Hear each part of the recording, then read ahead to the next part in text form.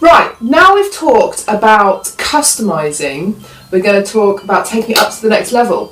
I'm really happy now with the sort of physical customising of my wheelchair. However, the one thing I've never liked, and I'm finally going to do something about, is the colour.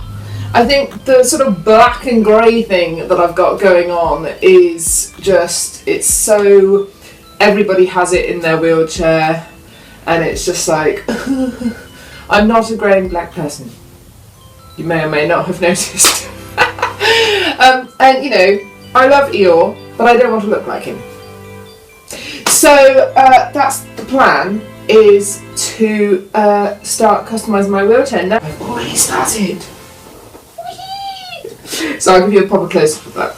So as you can see, I have got roses on there, and I think it looks really pretty. However, as I've been moving around, the leaves have fallen off, and I think it's just one too many things. I really like the pink round here, and if I just take the wheel off, which was really easy yesterday, but apparently, there you go. You'll see that I've started doing the frame as well in a different colour. So I'm going to carry on with that. And take you along for the ride. Let's go. Okay, so hopefully, so I think that's looking much better now. Look, it's nice just to have the block colour. So the things that you'll need, if you want to do this, of course, and obviously you don't have to use pretty colours. You can just make it all like metallic by getting a metallic duct tape thing. So my tip, so I did sort of troubleshooting yesterday, and my tip is to do it in little strips. Now this takes a lot longer, but I think it looks a lot neater, and actually you'll get a nicer finish. So the thing to do is to open a strip of your tape and then cut down the middle and then stick one bit back, because then you will get a constant thing, it just naturally happens, of a thinner bit, and then that makes it very happy. What? I don't know. Anyway, hopefully you've understood that. So I'm going to start on the other side so we can do this together. So here we have my other wheel. I'm going to do the same colour because I really like this really sort of light pink. I think it's really nice. I never used to like pink, but apparently now I do. Who knows? So clean the area that you're going to stick first, because obviously if it's like dusty or anything, then the tape's not going to stick very well. Just use a baby wipe, that's what I did. And then we're going to start cutting strips about that sort of length. So basically like the length of your finger. Test it. Slightly longer than your finger. So how long it goes round. And then just start cutting. So one tip that I have, if you look at the tape, one side is where you've torn it, and that's quite sort of messy. So if you make sure that that is the side that's going to get stuck over, then it will look much neater.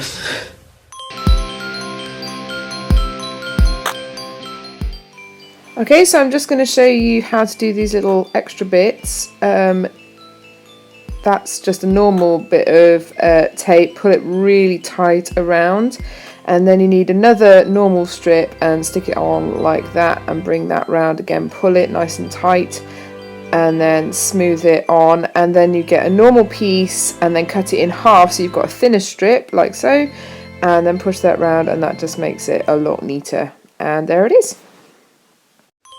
My other tip is, if you have these little joiny things, which you should do those first, because then the process will be a lot quicker.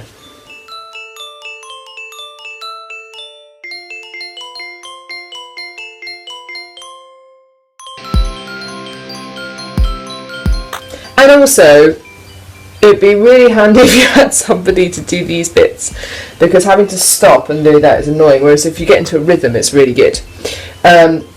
Yeah, I'll do it on time-lapse so it's not as boring for you. You're welcome. I've just thought another tip is if you have a model that is still in being made. What's it called? Still in manufacturing? I don't know, whatever. Basically, mine is no longer being made, so I'm okay to like stick over all the information. Write it down would be my suggestion. So like the make and the barcode and all that kind of thing, because then if you ever need extra parts, you're gonna have to like take all the tape off to find out the information. So do that first. Is a good plan. Okay, let's get back to the fun. Also, when I cut my tape, I didn't do it even, which has actually been really handy because I've used this thin stuff for the little tricky wiggly bits, and then I'm going to use the thick stuff now, which I've only just remembered, but look how much I've got. The thick stuff, and this is going to make this go a lot quicker.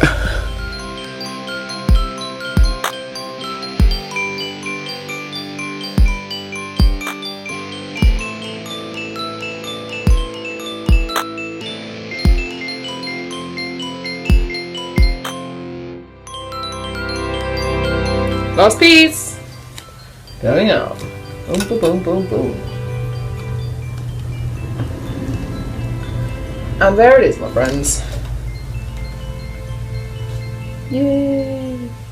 So the thing to do now is to take the wheel off by pushing in the button and turn it over. And there might, and just sort of check. Look, you see, there's a little gap there. Where is it? There. So what I'm going to do, this is what these bits were for. What I'm going to do is